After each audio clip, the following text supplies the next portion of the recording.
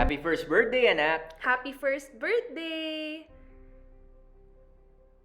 There were so many firsts we've experienced with you. First of all, the very first time we knew about you. God has been telling us about you even before you were conceived. That's after the death of your sibling. Yes, God impressed to my heart the story about Adam and Eve having another son after the death of their son Abel. And it was Seth, which name means anointed and appointed. That was the meaning of your name too.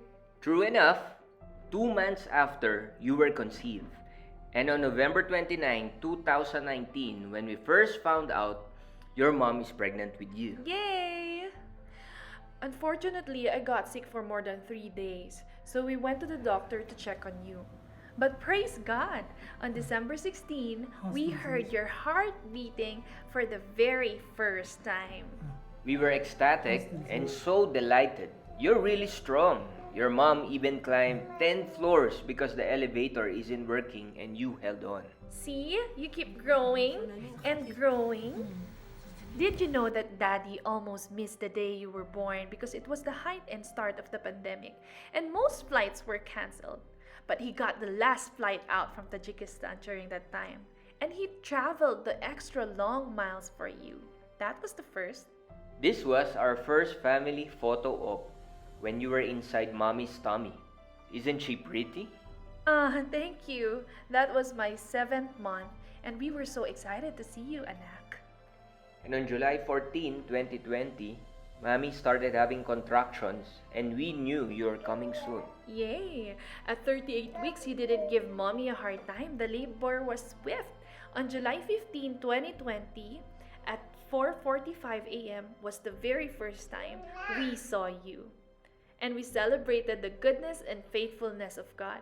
Thank you, Dr. Lola Feandal, for helping your mom safely deliver you. And good job, mommy, for staying calm and pushing hard.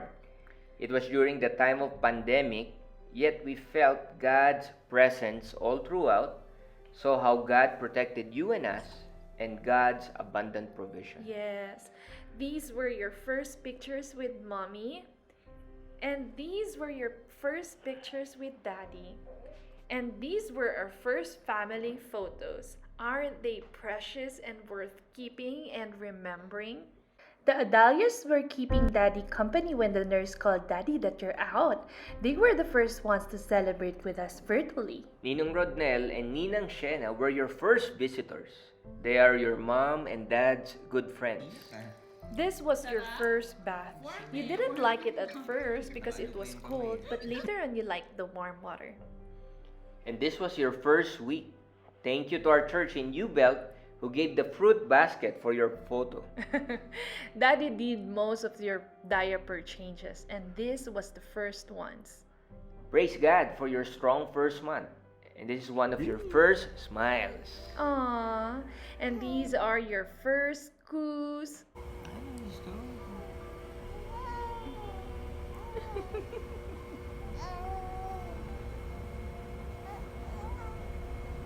Oh. And these were the first times you met with the family. They love you so much.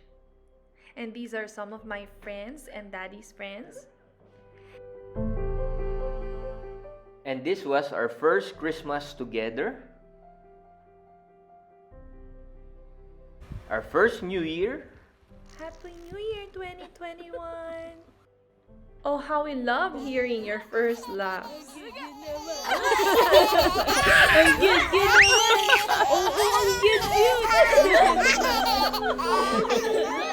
Witnessing your first jumps. Thank you, Tita Jen, for letting me borrow your jumpero.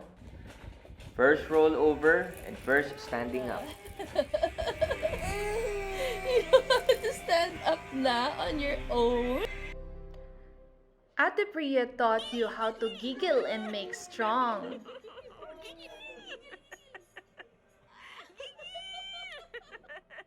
Good job for trying to do your first claps, first song, and your very first discovered talent, beatboxing. Taji! Beatbox.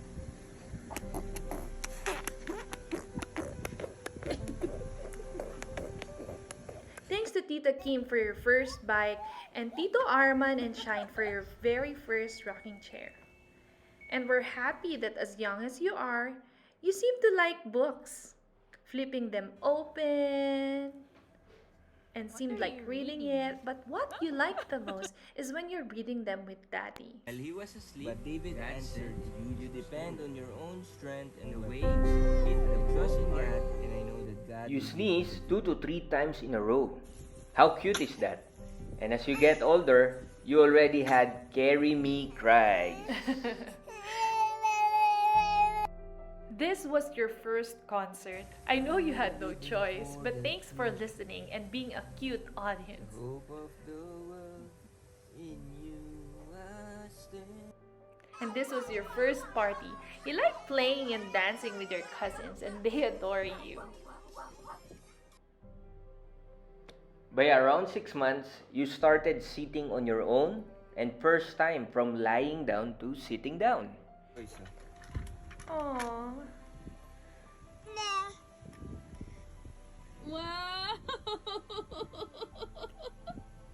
You can see. This was the first time you tried solid food. You didn't like carrots before, but you like them now. This was one of your first crawls. Your bones and muscles are getting stronger and stronger.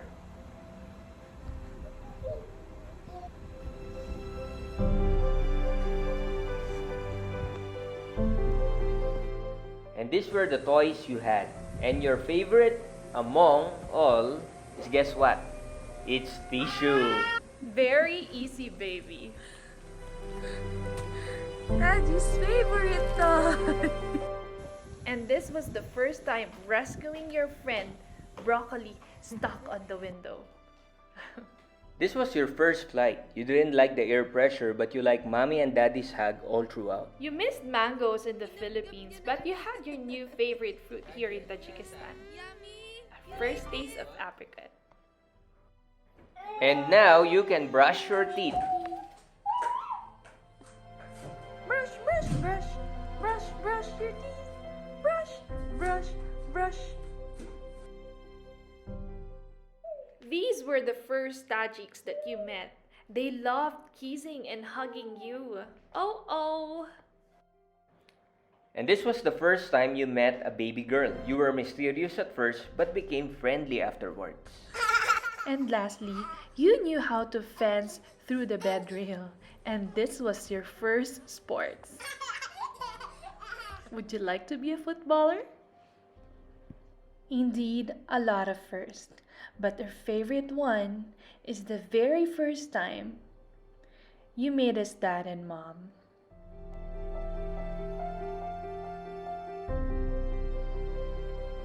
Smile!